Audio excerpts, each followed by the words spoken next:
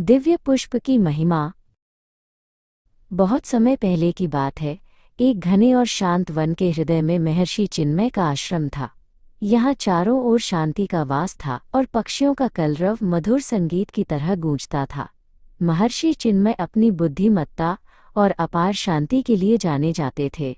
वे वृक्षों की छाया में बैठकर प्रकृति और परमात्मा के रहस्यों पर मनन करते थे।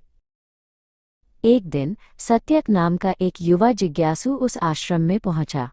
सत्यक के मन में सत्य को जानने की तीव्र इच्छा थी, लेकिन उसका मन अज्ञान के बादलों से घिरा हुआ था। वो अपने जीवन के कठिन प्रश्नों के उत्तर खोजने के लिए दूर दूर तक भटका था। जब उसने महर्षि को देखा तो उसे लगा कि उसकी खोज यहीं समाप्त होगी।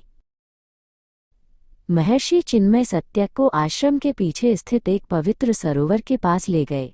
उस सरोवर के ठीक मध्य में एक अद्भुत और दिव्य नीले रंग का कमल खिला हुआ था। उस पुष्प से एक अलौकिक सुगंध आ रही थी, जिसने पूरे वातावरण को पवित्र कर दिया था। महर्षि ने कहा, यह दिव्य पुष्प ही सत्य का मार्ग दिखाता है। जैसे जैसे रात गहराती, वो कमल और भी अधिक चमकने लगता। सत्यक ने देखा कि जहाँ पूरी दुनिया अंधकार में डूबी होती, वहाँ उस पुष्प का प्रकाश अज्ञान के अंधेरे को चीर देता था। उसे समझ नहीं आ रहा था कि एक साधारण दिखने वाला पुष्प इतना तेजस्वी कैसे हो सकता है। वह घंटों उस दिव्य ज्योति को निहारता रहता। महर्षि चिन्मय ने सत्यक के संशय को भांप लिया। उन्होंने प्रेमपूर्वक समझाया, वत्स, यह कमल साधारण नहीं है। यह प्रभु श्रीराम की महिमा का प्रतीक है। जिस प्रकार यह कीचड़ में रहकर भी अछूता और निर्मल है, उसी प्रकार एक भक्त का हृदय संसार में रहकर भी श्रीराम की भक्ति में लीन रहना चाहिए।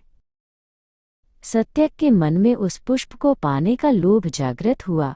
उसने सोचा कि यदि वो इसे छू लेगा तो सारा ज्ञान उसे तुरंत प्राप्त हो जाएगा। वो धीरे से सरोवर की ओर झुका और अपना हाथ उस दिव्य पुष्प की ओर बढ़ाया। लेकिन जैसे ही उसने उसे छूने की कोशिश की, पुष्प पानी की गहराई में ओझल हो गया। सत्यक उदास हो गया। तब महर्षि ने उसके कंधे पर हाथ रखा और कहा, अहंकार और लोभ से सत्य को प्राप्त नहीं किया जा सकता। गुरु की कृपा और पूर्ण समर्पण से ही हृदय का कमल खिलता है।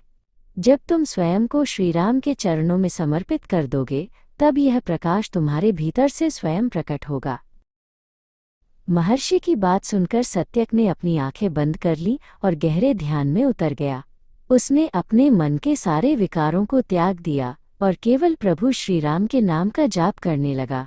धीरे धीरे उसका मन शांत होने लगा और उसे अपने भीतर एक नई चेतना का अनुभव हुआ। वो पूरी तरह से शून्य हो गया। अचानक वो दिव्य कमल पुनः प्रकट हुआ, लेकिन इस बार उसकी आभा पहले से कहीं अधिक तीव्र थी। पूरा वन उस दिव्य प्रकाश से आलोकित हो उठा।